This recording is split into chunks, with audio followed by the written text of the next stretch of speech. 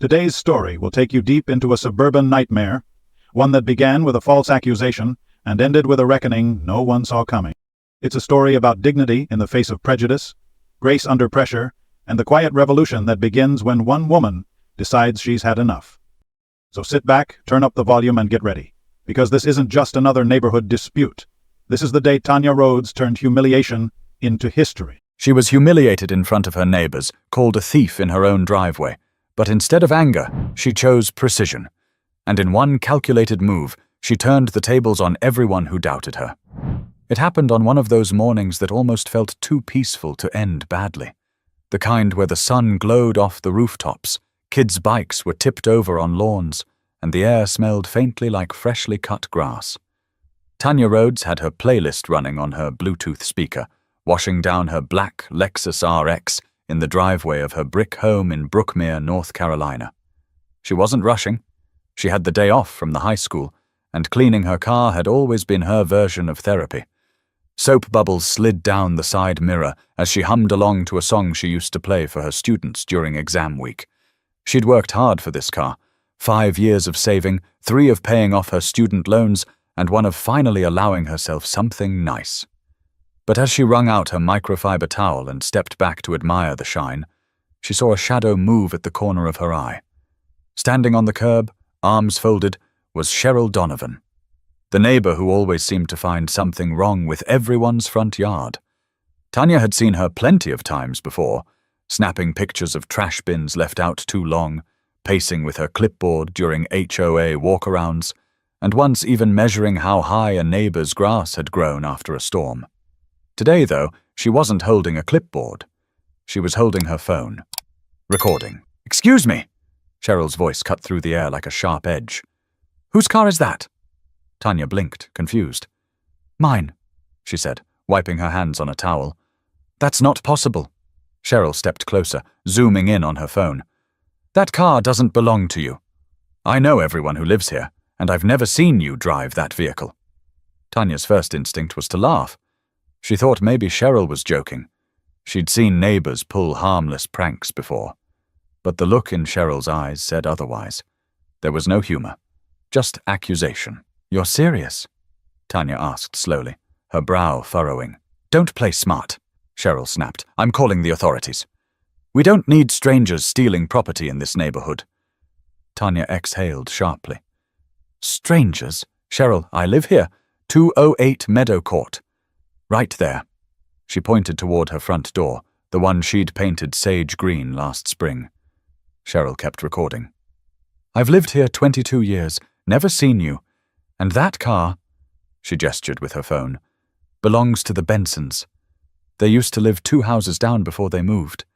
Tanya tried to keep her tone calm. "The Bensons sold this car 3 years ago. To me, by now, 2 other neighbors had come out. One with a leash in hand, pretending to walk his dog, the other peering from her porch with crossed arms. Tanya felt a familiar knot form in her stomach, that quiet embarrassment that comes when you realize you're the spectacle. "Can you please stop recording me?" Tanya asked. "You're mistaken." Cheryl didn't stop. "If you're innocent, you've got nothing to hide." Tanya wiped her palms against her jeans, her voice soft but steady. "If you think I stole my own car, call whoever you want. I'll wait right here." Minutes later, the sound of a police siren broke through the calm. 2 officers pulled into the cul-de-sac, their cruiser rolling slowly toward the driveway. Cheryl waved them over as if she'd caught a criminal. "There," she said, pointing. "She's trying to steal that Lexus. I have video." Tanya stood beside her car, arms folded. One officer approached, eyes shifting between the 2 women. "Ma'am, can I see your license and registration?" Tanya handed them over without a word. Her name matched the vehicle. Her address matched the street. Everything lined up perfectly. The officer gave Cheryl a tired look. "Ma'am, this car belongs to her." Cheryl's face reddened. "No, that can't be right. She doesn't live here long enough to own something like that." Tanya tilted her head. "Long enough?" Cheryl's mouth opened, but the words stumbled. The officer cleared his throat. "There's no crime here, ma'am. You can go about your day." The neighbors who had been watching began to retreat, some awkwardly, others whispering to each other. Cheryl muttered something under her breath, still clutching her phone. Tanya didn't respond. She just picked up her towel and went back to wiping down her car. Her hands trembled slightly, but she refused to show it. It should have ended there. But something inside her, something that had been quiet for too long, wasn't willing to let this go. But what Tanya did next would change everything in Brookmere, and make sure Cheryl Donovan would never forget that morning. Brookmere wasn't the kind of place where things got loud. People cut their grass on schedule, waved from a distance, and kept conversations short. Every Christmas, the HOA held a decorum contest for best decorated lawn, though it was less about joy and more about keeping appearances neat for the newsletter. It was the kind of neighborhood where gossip traveled faster than Wi-Fi, and Tanya had learned that the hard way. She'd moved there 3 years earlier from Durham, hoping for a quieter life after years in the city. The house had been a dream, a little more expensive than she planned, but the yard was perfect, and the local high school was just a 10-minute drive away. What she didn't know was that Brookmere came with unspoken rules. You didn't repaint your front door without approval. You didn't leave your trash bin visible after 6 p.m., and if you didn't look like everyone else, people remembered it. Tanya was polite, always smiled, always greeted her neighbors. She joined the community gardening club, brought cookies to the block party her first summer, even offered to volunteer during the HOA's annual cleanup. But every time she tried to fit in, she could feel something invisible, a wall she couldn't break through. People like Cheryl Donovan kept that wall standing tall. Cheryl's house sat 3 lots down from Tanya's, and everyone knew her as the woman who kept Brookmere running right. She wore pastel cardigans, had a spotless front porch, and made it her business to track every leaf, fence post, and dog leash within sight.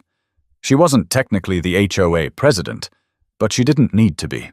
She had a louder voice than all of them combined. Tanya remembered her first real encounter with Cheryl.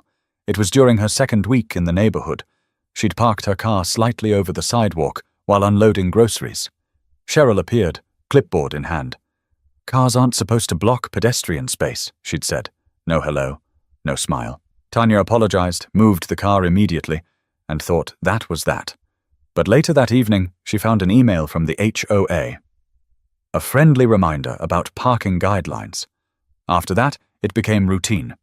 Notes left in her mailbox about her recycling bin, comments on the HOA Facebook page about people who don't read the rules. Nothing ever said her name, but everyone knew who was being talked about. Still, Tanya stayed patient. She told herself it wasn't personal. She'd worked with teenagers for 15 years. She knew how to deal with difficult personalities. But the morning of the car incident was different. It wasn't a passive-aggressive post or a note. It was a public accusation, one that left her standing on her own driveway, surrounded by whispers and judgment. By the time she finished drying her car, she could already feel eyes on her from behind curtains. Every neighborhood had its watchers, and Brookmere's were world-class. Tanya tried to brush it off, to pretend the morning didn't matter. But her phone buzzed around noon. It was a message from Marcia, her friend across the street. "Hey girl," Cheryl posted something on the HOA group. "Said you were involved in a vehicle dispute. You okay?" Tanya's jaw tightened. Vehicle dispute? That wasn't what happened. She opened the group chat. 68 members, mostly quiet, except when someone complained about the pool rules or the landscaper's schedule. But there it was. A post from Cheryl. "Reminder to all residents, please report any suspicious activity. We had an incident this morning involving a vehicle and an unidentified individual. Police were called. Let's stay vigilant." Unidentified individual. Tanya stared at the screen, her chest tightening. Her name wasn't mentioned, but everyone in that chat knew who she was. Her phone buzzed again. Another message from Marcia. "Don't let it get to you. You did nothing wrong," Tanya replied with a simple, "Thanks." But her mind was already somewhere else. She looked out the window at her spotless car, gleaming under the sunlight. The same car that had somehow turned her into a suspect in her own driveway. And for what? Because someone couldn't picture her owning it. That night, as she sat on her couch, the silence in her house felt heavy. She thought about her students, the ones who came to her office crying after being accused of something they didn't do. She'd always told them, Stay calm. Facts win in the end, but sitting there, replaying the morning in her mind, those words felt thin. She knew this wasn't over. Not because she wanted drama, but because if she stayed quiet, Cheryl would feel justified. The post would stay up, the whispers would continue, and everyone would move on, except her. But Tanya had no idea that the next morning something would happen that would take this neighborhood tension to a whole new level and push her to act in a way no one expected. The following morning, Tanya woke early. She barely slept, her mind replaying Cheryl's words like a broken record. The air was cooler than usual, and the sky had that washed-out grey tone that made everything look tired. She made coffee, sat at the kitchen table, and stared at her phone. Cheryl's post was still there, untouched, uncorrected, and worse, it had comments. Unbelievable. Glad someone's keeping an eye out. People need to stop bringing trouble into good neighborhoods.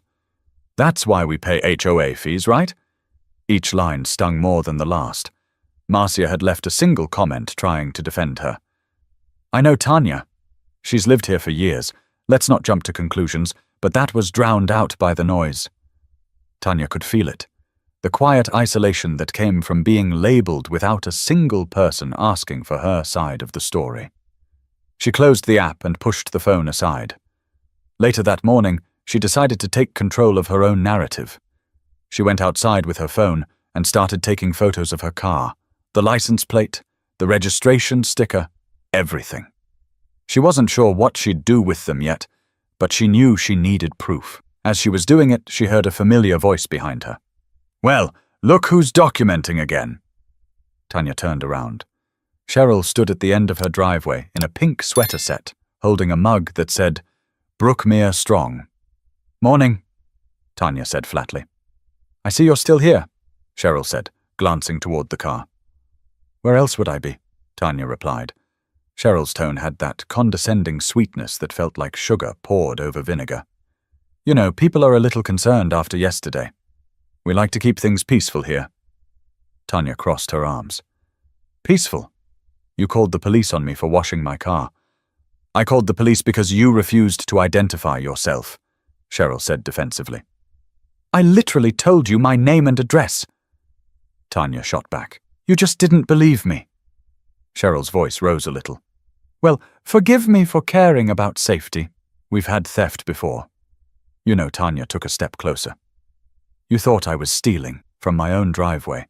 A few houses down, a man watering his lawn turned down his hose, pretending not to watch. Tanya noticed him, and so did Cheryl, which only made Cheryl straighten her posture, as if she were performing for an audience. I don't make assumptions, Cheryl said, voice sharp. I go by what I see. What you saw, Tanya replied, was me washing my car. But what you decided was something else entirely. Cheryl's mouth twitched. Maybe if you introduced yourself to more people, there wouldn't be confusion. Or maybe, Tanya said, her voice firm but even. People should stop assuming who belongs where. For a moment, neither of them spoke. The quiet of the cul-de-sac pressed around them, the tension thick enough to feel. Cheryl finally broke the silence. Well, I suppose you'll be filing a complaint then. I don't need to, Tanya said. You already did that for me. Online. She turned and walked back toward her garage, her steps slow but steady. Cheryl stood there, speechless, for once without a comeback. Inside, Tanya's hands trembled as she set her phone down. She wasn't angry. Not yet. Just tired. Tired of being polite. Tired of pretending ignorance was harmless. She poured another cup of coffee and thought about what to do next. Around noon, her phone buzzed again. This time it was from Principal Warren, her boss at the high school. Tanya, everything okay? I got a strange email this morning. Someone from your neighborhood forwarded a video of you and the police from yesterday. Her stomach dropped. A video? She replied. Yeah, he wrote. Said there was an incident.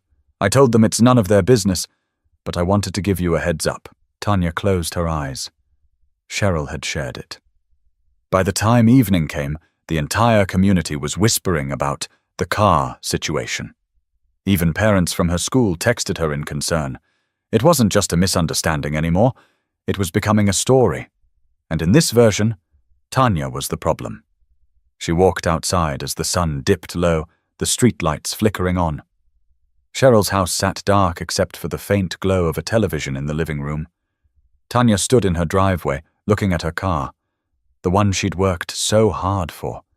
She whispered to herself, "You wanted attention, Cheryl." Fine. She turned on her phone's camera, looked straight into the lens, and began to speak. "My name is Tanya Rhodes. I live in Brookmere, North Carolina. Yesterday my neighbor accused me of stealing my own car. Here's what really happened. She didn't raise her voice. She didn't curse or insult. She just told the truth. Every detail. Calmly, clearly, powerfully. Then she posted the video. But Tanya didn't know that by the next morning, her video wouldn't just reach Brookmere. It would reach the entire town, and the story would take a life of its own. By sunrise the next day, Tanya's video had over 10,000 views. She hadn't meant for it to go viral. It was just her way of defending herself, putting facts out where the whispers couldn't twist them. But the internet had its own rules, and Brookmere was about to learn them. The video spread through local Facebook groups, then onto Reddit, then TikTok. People shared it with captions like, "HOA gone wrong," and "She handled that better than anyone else could." It wasn't dramatic, but that was what made it powerful. Tanya's calmness, the measured tone, the exhaustion in her eyes, struck a nerve. Still, while people online were applauding her, things on the ground felt very different. That morning, she noticed something odd. A police cruiser parked 2 blocks away. It wasn't uncommon to see patrol cars in Brookmere, but this one lingered. Every time Tanya stepped outside, she could see it from the corner of her eye. The officers inside didn't approach her. They just sat, windows rolled up, watching. When she left her driveway to go grab groceries, the car followed. Not close, but close enough to make her uneasy. By the time she got back, Cheryl was standing on her porch again, phone in hand, pretending to text. Tanya walked over. "You've got something to say." Cheryl looked up. "I've got nothing to say to someone who tries to start online drama." "Drama?" Tanya asked. "You called the police on me, Cheryl. You filmed it? Then you shared it. I'm the one dealing with your consequences." "You made this public," Cheryl said, crossing her arms. "You could have just let it go." Tanya stared at her, speechless for a moment. "Let it go? You humiliated me in front of the neighborhood. You turned a peaceful morning into a circus. Why should I let that go?" Cheryl's tone sharpened. "You think posting it online helps? You've made Brookmere look like a bunch of villains." "Maybe it's time Brookmere saw itself for what it is," Tanya said quietly. Before Cheryl could respond, the sound of tires crunching against pavement cut through the tension. The same police cruiser from earlier turned into the cul-de-sac and stopped in front of them. The passenger side door opened, and Officer Ramirez stepped out, the same man who had responded to Cheryl's call 2 days earlier. He adjusted his sunglasses and nodded slightly. "Morning, ladies." Tanya kept her arms folded. "Morning, officer." "I just came by to check in," Ramirez said. "We've been getting a lot of calls from this street." Tanya glanced toward Cheryl. "From who?" Ramirez sighed. "Anonymous complaints, mostly about noise, suspicious activity. Nothing serious. But since your video started circulating, people are a little on edge." Cheryl quickly jumped in. "I never called anyone today." "You can check the logs." He gave her a look that said he didn't believe that for a second. "That's fine, Mom. I'm just here to remind everyone to keep things civil. Social media can make small issues turn into big ones real fast." Tanya nodded. "I didn't post it to cause trouble. I just wanted people to see the truth." "I get that," he said. "But just be careful. Some people don't like when the truth makes them look bad." He tipped his cap, got back in his car, and drove off. Tanya watched him leave, her mind spinning with what he'd just said. Cheryl's voice broke the silence. "See? Even he says you stirred things up." Tanya turned to face her. "No, Cheryl. What he said was that people don't like accountability." For a moment, Cheryl's face went pale. She opened her mouth but didn't reply. That night, the story hit the local news. "Neighborhood dispute sparks online outrage in Brookmere." The headline read. Tanya's name wasn't in the title, but her face was in the thumbnail. The report played clips from her video and statements from neighbors, some supportive, others defensive. Cheryl even gave a brief interview outside her home, claiming she had acted out of concern for community safety. Watching the segment from her couch, Tanya felt her stomach twist. Cheryl's voice came through the TV. "This isn't about race or anything like that. It's about following neighborhood rules and keeping our area safe. I did what anyone would have done." Tanya muted the screen. "Anyone?" she whispered. Her phone buzzed non-stop. Reporters asking for interviews, friends checking in, even a message from a civil rights group offering legal support. But the one message that stuck out came from an unknown number. "You handled yourself with grace. Don't stop now. People are watching how you respond next." She didn't know who sent it, but it hit her deeply. Tanya had never wanted to be a symbol or a headline, but now she realized she had something Cheryl never expected her to have, an audience, and with that came power. But what Tanya decided to do with that power the next day would turn everything upside down and leave the entire HOA scrambling for damage control. By Friday morning, Tanya's street looked the same on the surface, trimmed lawns, flags fluttering gently in the breeze. But everything underneath had changed. People who once waved politely now looked away. Cars slowed when passing her house, as if the drivers were trying to catch a glimpse of the woman from the video. At first, Tanya tried to ignore it. She drove to work like nothing had happened, kept her usual calm around her students, and smiled through the day. But at lunch, one of her co-workers pulled her aside. "Hey," said Janet Cole, the math teacher she usually shared coffee breaks with. "I saw something on Facebook. About your neighborhood. Are you okay?" Tanya hesitated, then nodded. "Yeah, I'm fine. Just tired of having to prove things that shouldn't need proving," Janet sighed. "I get it. People love drama. Just remember, you didn't do anything wrong." Tanya smiled faintly, grateful but not convinced. On her way home that evening, she passed through downtown Greensboro, where the streets buzzed with their usual late-week rhythm. She pulled into a small diner she liked, Frankie's Grill, and sat by the window. As she sipped her iced tea, she scrolled through her phone, checking the comments on her latest post. Some were kind. "We're with you. You handled that with grace." But others were cruel. Maybe she's just looking for attention. Always playing the victim card.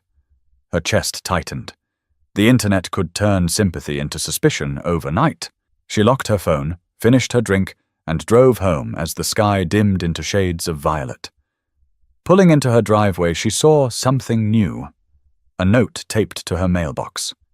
She froze, the headlights cutting across the paper. It read, "You don't belong here. Leave before things get worse." Her hands clenched on the steering wheel. For a long moment, she just sat there. The stillness of the street felt heavier than usual.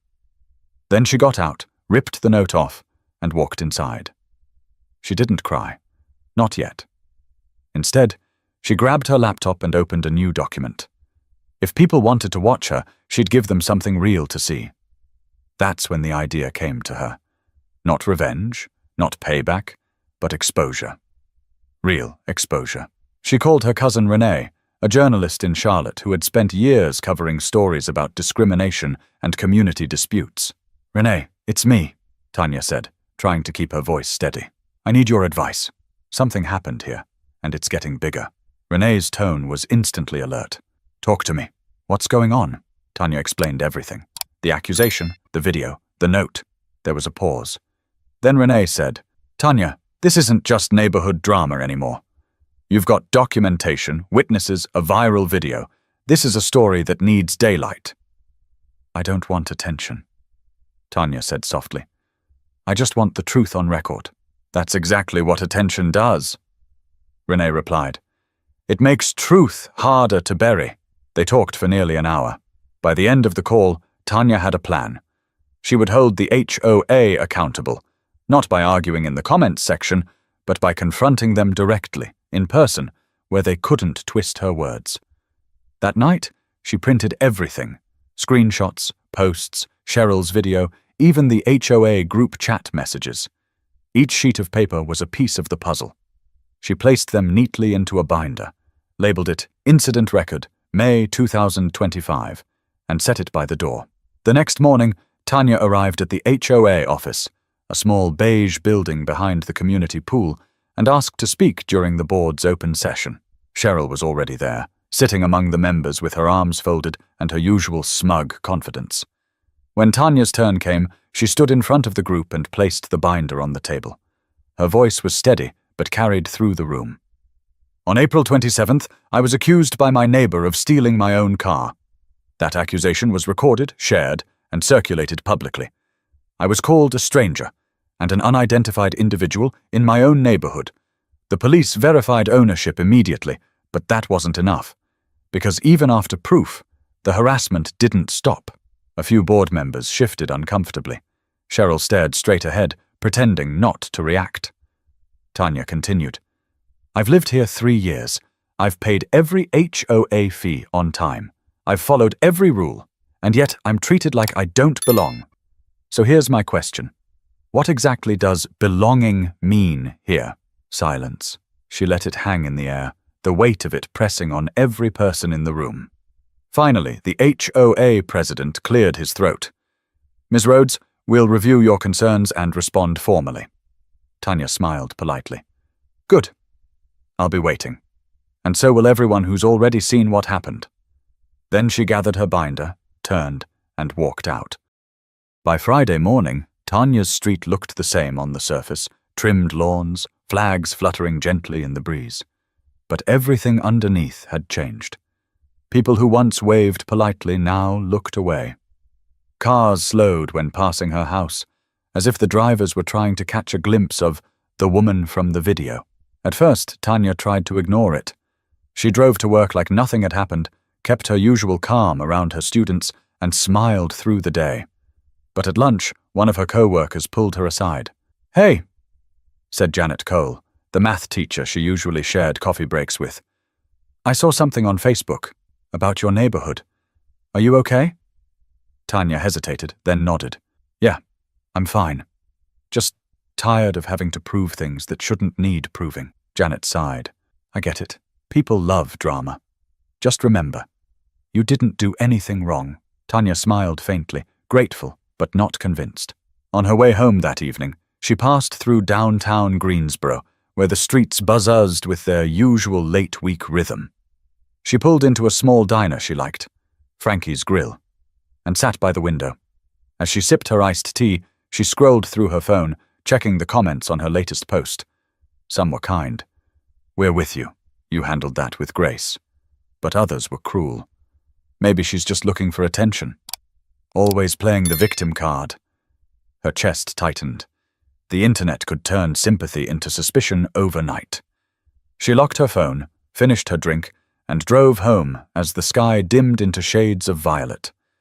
Pulling into her driveway, she saw something new. A note taped to her mailbox. She froze, the headlights cutting across the paper. It read, You don't belong here. Leave before things get worse. Her hands clenched on the steering wheel. For a long moment, she just sat there.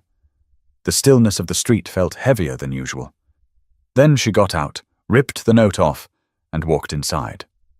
She didn't cry. Not yet. Instead, she grabbed her laptop and opened a new document. If people wanted to watch her, she'd give them something real to see.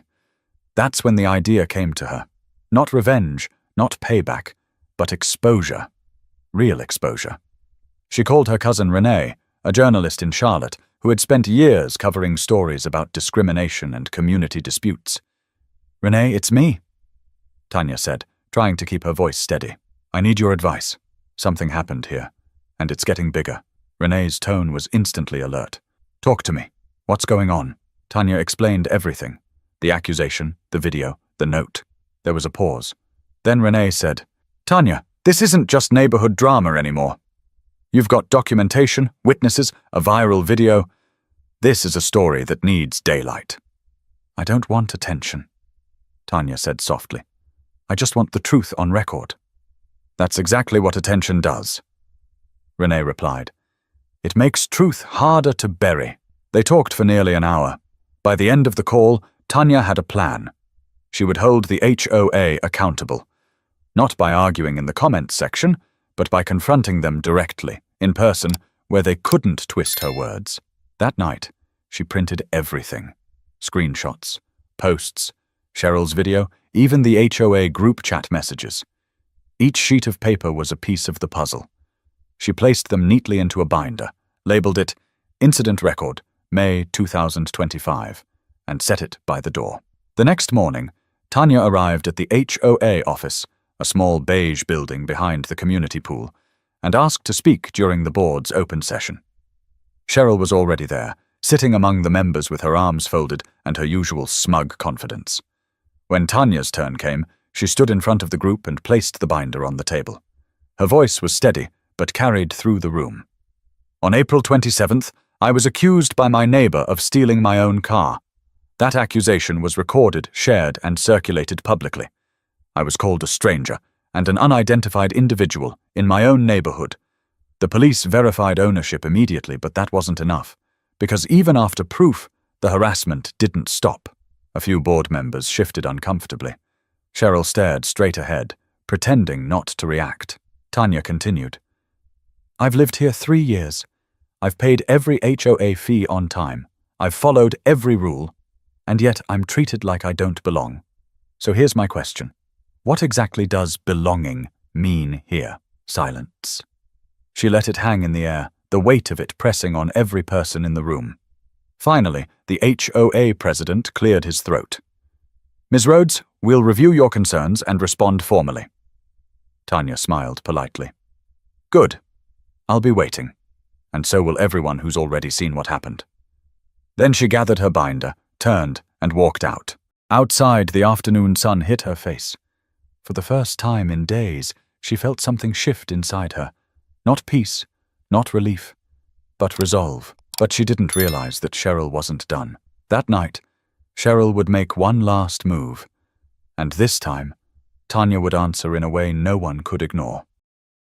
That night, Tanya sat in her living room, the faint buzz of the ceiling fan mixing with the low hum of her refrigerator. She'd done everything right. She'd gone through the proper channels, spoken calmly, kept her dignity intact. Yet deep down, she knew it wouldn't be enough. Brookmere was the kind of place where gossip held more power than truth. The next morning, she'd be back to square one. Cheryl smiling for the cameras again, neighbors pretending not to know anything, and the HOA brushing it all aside. But then, her phone pinged. A notification popped up from an unfamiliar account. At Brookmere Watch, followed by a message. You should see what Cheryl's posting now. Her stomach sank. She clicked the link. There it was. A blurry, zoomed-in photo of Tanya taken from across the street, posted just an hour earlier. The caption read, Suspicious activity continues. Neighbors should remain alert. It had 5 comments already. She's still causing trouble? Why hasn't the HOA done something? I knew it wasn't over. Tanya stared at the screen in disbelief. Cheryl had created a fake neighborhood account, pretending to be a community watch, just to keep feeding the narrative. That was the breaking point. She put down her phone, stood up, and whispered, All right, Cheryl, you want a show? Let's give you one. The idea came to her like lightning. Fast, dangerous, but clear. She wasn't going to argue online anymore. She was going to pull back the curtain completely. She opened her laptop and logged into Facebook, creating a new group called Brookmere Truth. Her first post was simple. If you've ever been targeted, silenced, or humiliated by this HOA, this is your space. Share your story. Within minutes, 2 people joined. Then 5. Then 20. By morning, there were over 100 members. Posts began to flood in. Stories of unfair fines, warnings for petty issues, and selective enforcement of rules. One woman wrote, They told me my son's car was too loud, even though other teenagers had the same model. When I complained, they said I was being defensive. Another added, They fined me for having patio furniture that wasn't aesthetic. But Cheryl has plastic flamingos in her yard. Every story pointed to the same small group, the same pattern of control, humiliation, and favoritism. And Cheryl's name kept coming up. Tanya read each post, her pulse quickening. The anger she'd been swallowing all week transformed into clarity. She wasn't just fighting for herself anymore. That afternoon, she called Renee again. "Remember that story you said needed daylight?" Tanya said. Renee's tone sharpened. "Yeah. Well, it's about to get it." Renee promised to send a local TV crew the next morning. Tanya didn't hesitate. She told them everything, not just about her experience, but about the pattern of behavior across Brookmere. She even shared screenshots from the fake Brookmere Watch account. By evening, the story aired on WSOC Channel 9 under the headline, "Homeowner Exposes HOA Harassment Pattern in Greensboro Subdivision." The broadcast was short, but powerful. Footage of Tanya speaking calmly on her porch. Clips from neighbors confirming they'd been targeted too. The news anchor mentioned that the HOA was under review for possible misconduct. When Cheryl saw it, she exploded. The next morning, she stormed up Tanya's driveway, fuming. "You had no right to do that!" she yelled, voice trembling. "You're ruining our community's reputation!" Tanya was ready for her.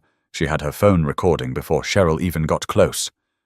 "I didn't ruin anything," Tanya said steadily. "I just told the truth." Cheryl's eyes darted to the phone. "Turn that off right now." "No," Tanya replied. "You like recording people, remember?" Cheryl's face turned red. She lunged forward, snatching at Tanya's phone, but Tanya stepped back just in time. The motion triggered the automatic porch light, casting both women in harsh white light. "Touch me again," Tanya said quietly. "And this goes straight to the police." For a moment, Cheryl froze. The rage in her face flickered into something else. Fear. Then she turned and stomped away, muttering curses under her breath. Tanya lowered her phone slowly. Her hands were shaking, but her expression stayed firm. That video, the one she'd recorded without saying much at all, would become the final nail in Cheryl's campaign. By sunset, it was everywhere online, Cheryl yelling, lunging, her voice cracking under anger. Tanya standing still, calm, composed. The next day, Cheryl's account was deleted. Her role in the HOA temporarily suspended pending investigation. For the first time in 3 years, Tanya walked down her street without feeling small. People didn't look away anymore. Some even smiled awkwardly, unsure how to face her after watching everything unfold. But she didn't care. She wasn't looking for approval, only respect. But Tanya didn't know that the HOA board's next meeting would dig up even more, and the truth waiting there would shake the neighborhood's image of itself to the core. By the next morning, Brookmere wasn't just gossiping anymore. It was unraveling from the inside. Tanya's second video, the one showing Cheryl lunging at her, had spread even faster than the first. Local outlets picked it up, then regional ones. A community that once prided itself on its peaceful image was now a headline for all the wrong reasons. The HOA board called an emergency meeting. Flyers were taped to mailboxes, and emails went out urging residents to maintain order and refrain from public speculation. But it was too late. Tanya didn't plan on attending that meeting. She'd said what she needed to say. Yet when Marcia came knocking on her door that afternoon, she hesitated. "You should come," Marcia urged. "They're spinning things already, saying you edited the videos, that it's all taken out of context." Tanya exhaled through her nose. "Of course they are. People believe you, Tanya," Marcia continued. "But you need to be in that room," so she went. The community center was full, rows of folding chairs filled with residents who usually avoided anything that looked like confrontation. The air smelled faintly like coffee and tension. At the front, 5 board members sat behind a long table. Cheryl was there too, sitting off to the side, arms folded, sunglasses on indoors. When Tanya entered, heads turned. Conversations dipped into whispers. She didn't break stride. She walked straight to the back, took a seat, and waited. The HOA president, Howard Briggs, cleared his throat. "Thank you all for coming. We're here to discuss recent events and misinformation circulating online that has unfortunately cast our community in a negative light." Murmurs filled the room. Tanya stayed quiet, hands clasped in her lap. Howard continued, "We want to assure residents that this board takes all accusations seriously. Mrs. Donovan," he gestured toward Cheryl, "has served this community with dedication for years. We believe the current narrative is unfair and one-sided. A few heads nodded. A few frowned. Then someone stood up. A man from 2 streets over, grey-haired, wearing a baseball cap. "With all due respect," he said, "I saw those videos." She didn't edit anything. Cheryl was out of line. If this is how we're representing Brookmere, then maybe we've got the wrong people in charge. The room broke into a low rumble of agreement. Cheryl's lips tightened. Howard tried to regain control. "Sir, please."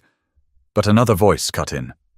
"No, he's right," said Angela Ruiz, one of the homeowners who had posted in Tanya's Facebook group. "I've lived here 7 years. I've gotten fines for things no one else gets fined for. Cheryl said it was because I didn't read the guidelines. It's the same story every time. Rules for some, exceptions for others." The murmurs grew louder. Cheryl finally stood up, her voice sharp. "You don't know what you're talking about. I've spent my life keeping this neighborhood decent. If some people can't handle a little structure, maybe they don't belong in Brookmere." That last sentence hit the room like a slap. Tanya stood. "Say that again?" The crowd quieted. Cheryl froze.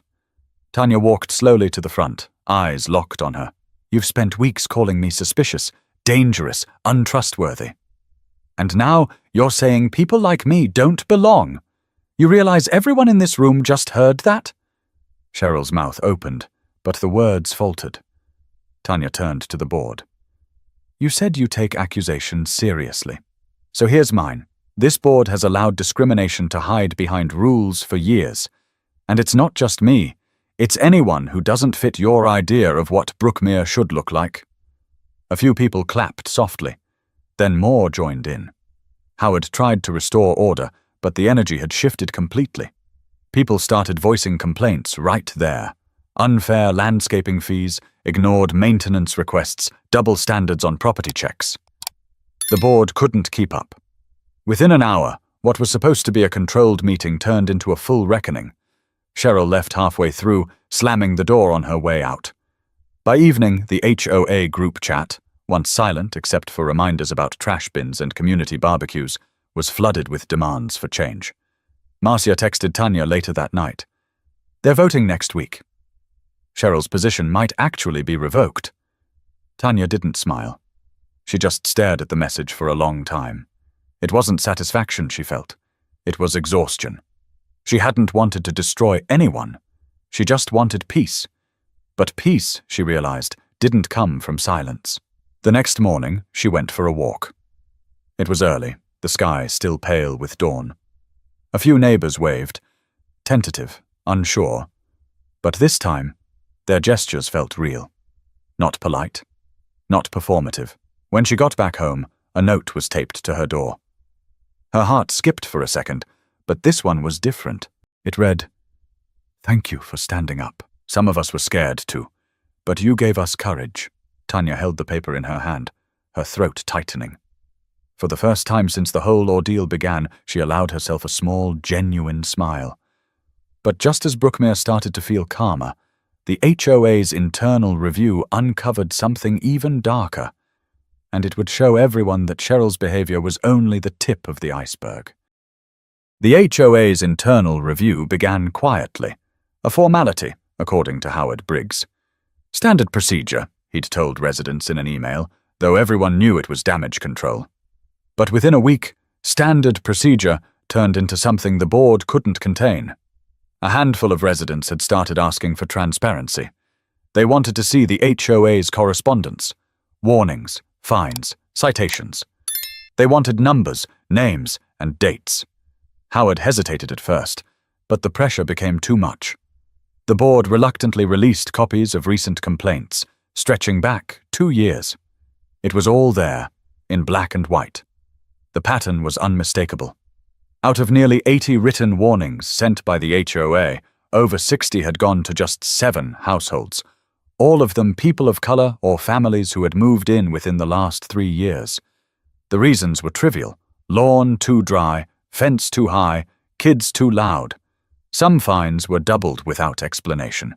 And every single one of those notices bore the same initials at the bottom. C.D. Cheryl Donovan. Tanya sat at her dining table, flipping through the leaked documents on her tablet. Her phone kept buzzing with messages from neighbors. I just found out Cheryl fined me for a non-approved mailbox design. I used the one the HOA gave me. She reported me for unauthorized gatherings. It was my kid's birthday. They threatened to revoke my pool key because my cousin visited too often. The more she read, the clearer it became. This wasn't about her car. It was about control, about one woman's quiet authority left unchecked for far too long. Marcia called that evening, her voice charged with energy. They've got reporters outside Cheryl's house. She's refusing to talk. Tanya rubbed her forehead. I didn't want it to go this far. I know, Marcia said. But maybe it needed to. Meanwhile, the HOA board scrambled to distance itself. Howard issued a public statement claiming they had no knowledge of individual misconduct and that the association was committed to fairness. Few believed him. The following week, a special meeting was scheduled. This one open to all residents and the press. Tanya didn't plan to speak. She'd had enough confrontation to last a lifetime. But Renee, her cousin, called that morning. Don't miss it, Renee said firmly. People will be watching. This isn't just your story anymore. It's everyone's. When Tanya arrived, the parking lot outside the community center was full. Local news vans lined the curb, cables snaking across the asphalt. Inside, the atmosphere was electric, equal parts anger, shame, and anticipation. Howard sat at the head of the table, sweat beading at his temple. Cheryl wasn't there. The meeting began with the usual formalities, but no one cared about the agenda. Residents raised their hands one after another, voices overlapping, frustration spilling into the open. I want to know why I was fined for patio furniture when Cheryl's yard looked like a yard sale. She came to my house to take pictures of my husband washing our truck. She reported my teenage daughter for walking home too late from practice. Each voice added weight to the room. Tanya stayed quiet, listening. Then a woman stood up near the back, someone Tanya hadn't seen before. She introduced herself as Deborah Lynn, a retired teacher who had lived in Brookmere since it was built. I was here when this community started, she said. And it was supposed to be about togetherness, not control. Somewhere along the line, we forgot that. We let one person's fear decide who belonged. The room went still. Deborah turned toward Tanya. You reminded us what courage looks like. You didn't scream, you didn't fight, you stood your ground. And that woke everyone up. Tanya felt a lump rise in her throat. She hadn't expected anyone to say that out loud. Howard finally cleared his throat. Mrs. Donovan has resigned her position, effective immediately. A new board election will be held next month. A few people clapped, cautiously at first, then louder. Howard continued. We'll also be instituting an external audit of our HOA procedures and reviewing past complaints. We owe our residents better, Tanya exhaled, her body relaxing for what felt like the first time in weeks. The noise in the room blurred into a soft background hum. Voices talking, laughing, maybe even healing. When the meeting adjourned, several neighbors approached her, one after another. Some apologized. Others thanked her. A few simply shook her hand, their faces saying what words couldn't. As Tanya stepped outside into the fading evening light, she saw the news cameras still rolling. Reporters called out her name, asking for a comment. She paused, thinking. Then she said quietly, All I ever wanted was to live in peace. Maybe now we can finally start doing that. The clip would air later that night, playing over shots of families walking dogs, kids riding bikes, and porch lights flickering on. The same neighborhood, but different now. But peace in Brookmere didn't come instantly. For some, the truth was uncomfortable. And for Tanya, it was time to decide what to do with the respect she'd finally earned, whether to let things settle or make sure the change lasted. 2 weeks after the public meeting, Brookmere felt quieter, but not the kind of silence born from fear. It was a pause, a collective breath. The storm had passed, but everyone was still looking around, taking stock of what was left. The HOA office stayed busy for days after Cheryl's resignation. Residents stopped by to review their files, some to demand refunds, others just to see proof that their complaints had been real all along. The new interim president, Angela Ruiz, worked tirelessly to rebuild trust. As for Tanya, she did her best to stay out of the spotlight. The media had stopped calling, the news vans were gone, and for the first time in weeks, she could walk outside without someone pulling out a phone. She even started gardening again, something she'd stopped doing after Cheryl's endless notes about approved plant colors. She knelt in the soil one Saturday morning, planting marigolds along the walkway. The sun felt warm on her shoulders, and for the first time in a long while, she didn't feel watched.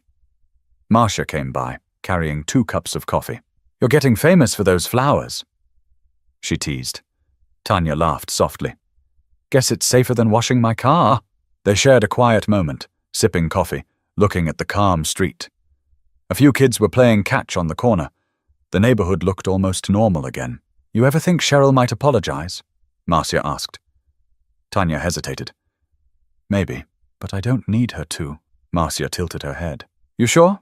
Tanya nodded slowly. "People like her don't say sorry because they think they're right." But she lost her power. And that's apology enough. That night, as the sun dipped low, Tanya got a knock on her door. She opened it to find a teenage girl standing nervously on the porch. It was Leah, Cheryl's granddaughter. "Hi, Ms. Rhodes," she said quietly. "Can I talk to you for a minute?" Tanya nodded and stepped aside. Leah stood just inside the doorway, clutching the strap of her backpack.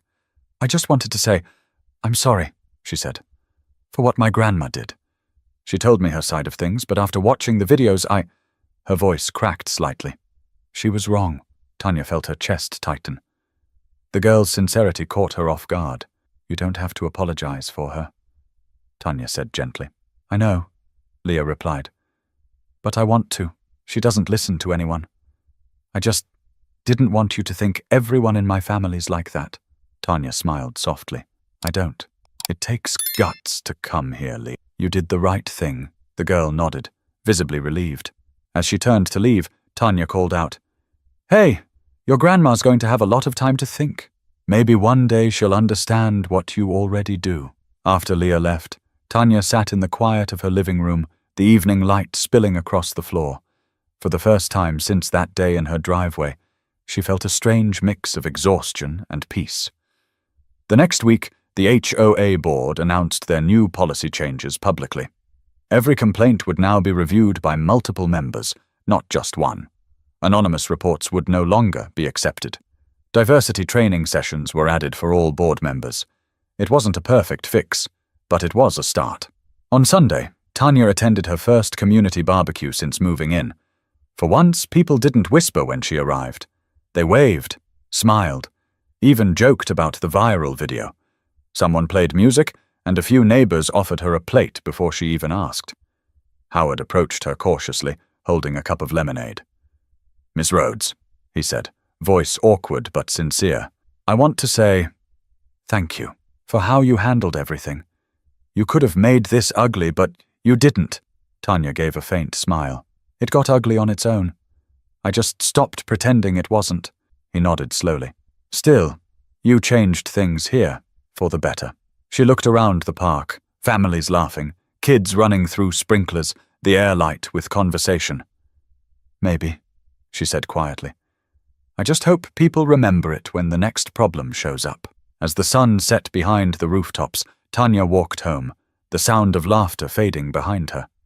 She stopped by her car, the same Lexus that had started everything, and ran her hand along the door. It was spotless, reflecting the glow of the evening sky. For once, it didn't remind her of accusation or anger. It just looked like what it always was, something she'd worked for, something she earned. She smiled, locked it, and headed inside. Peace didn't mean forgetting. It meant reclaiming what others tried to take away. Your right to belong, your right to breathe freely. But Tanya wasn't just walking away from conflict that night. She was walking toward something new, something that would turn her personal stand into a message that would reach far beyond Brookmere. In the weeks that followed, Tanya's life slowly returned to something that felt close to normal, but not the same kind of normal she'd known before. This time, she walked through Brookmere with her head held a little higher, her pace a little slower, her presence fully claimed. People greeted her differently now. The same neighbors who once averted their eyes began stopping to chat, asking how she was doing, even offering help with her garden. Some of it was guilt, she could tell, but most of it was genuine. Real understanding had begun to grow where silence used to sit. The HOA moved forward under new leadership. The policies Tanya had demanded in that meeting were implemented one by one. Transparency reports, public complaint logs, term limits for board members, rules that ensured no one person could ever have the kind of unchecked authority Cheryl once wielded. And Cheryl, she moved out quietly 2 months later. No big announcement, no goodbye post, just a moving truck early one Saturday morning, before anyone else was awake. When Tanya stepped outside and saw the empty porch across the street, she didn't feel satisfaction, just release. The cycle had ended, but change doesn't stop at property lines. A few weeks after Cheryl's departure, Tanya got an invitation in her email. It was from a local university that hosted annual forums on community relations and bias in housing. They wanted her to speak. Her first instinct was to decline. She wasn't an activist, she thought. She was just a school counselor who wanted peace in her own neighborhood. But as she read the message again, she realized that maybe that's exactly why they wanted her. Because she was ordinary. Because she represented every person who'd ever had to stay calm when humiliated, who'd ever chosen grace when anger might have been easier. So she said yes. On the day of the forum, Tanya stood behind a wooden podium in a modest lecture hall at Guildford College. Dozens of faces watched her, students, professors, homeowners, even a few reporters who remembered her name. She started simply. 3 months ago, I was accused of stealing my own car, she said. What followed wasn't just about a misunderstanding. It was about the kind of quiet prejudice that hides in plain sight, the kind that smiles to your face, waves from across the street, and still finds a way to remind you that you don't belong. The room stayed silent, listening. I could have shouted back. I could have cursed her out, and maybe some people would have said I had every right to. But that's not who I am. I decided to fight differently, by staying calm, by showing proof, by letting her own words expose her. She paused, letting the weight of her words hang in the air. Some people told me I was brave. I wasn't. I was tired. Tired of watching people like me be disrespected and then told to move on. But what I learned is that staying silent doesn't keep the peace. It protects the problem. And when you finally decide to stand up, even in the smallest way, that's when things start to change. A few people nodded. Others scribbled notes. Tanya continued. Brookmere changed because people stopped pretending. Because neighbors finally looked at each other instead of looking away. And that's what accountability really is. It's seeing someone's humanity and admitting where we went wrong. When she finished, the audience applauded softly. Not the loud, performative kind, but the genuine kind that lingers. Afterward, several attendees came up to thank her. One woman, a teacher from another county, said, "Your story reminded me why I can't stay quiet at my own job." Driving home that evening, Tanya rolled her window down and let the cool air fill the car. The highway stretched ahead, long and open, and for the first time in a long time, she didn't feel small. She wasn't just Tanya Rhodes from Brookmere anymore. She was the woman who changed how a community saw itself. When she pulled into her driveway, she glanced at her car, the same black Lexus RX gleaming under the porch light. It no longer felt like the spark of conflict. It felt like victory. Quiet, earned, and permanent. She walked inside, sat down, and opened her laptop. The Brookmere Truth Group was still active, but calmer now. Mostly updates, small wins, and positive exchanges between neighbors who once avoided each other. She typed a short post. Change doesn't start with anger. It starts when we refuse to accept disrespect as normal. Don't wait for permission to stand your ground. Be your own proof. She hit post, leaned back in her chair, and smiled. Tanya's story wasn't about revenge or exposure. It was about reclaiming her peace, and in doing so, giving others permission to reclaim theirs. So if you're watching this and thinking about that one moment when someone made you feel small, remember Tanya. Remember how she stood in her driveway, accused of theft, and answered not with rage, but with truth. Because sometimes the most powerful thing you can do is stay calm, stand tall, and make the world see you as you are. No explanations needed. If this story moved you, don't forget to subscribe for more real stories that remind us what dignity, courage, and grace look like in everyday life.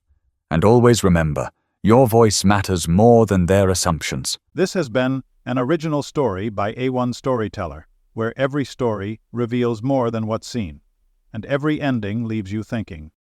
If Tanya's strength moved you today, show your support. Like, comment, and share this story. Tell us, what would you have done in her place? And don't forget to follow A1 Storyteller for more stories that challenge perceptions, spark reflection, and remind us of the quiet power inside us all.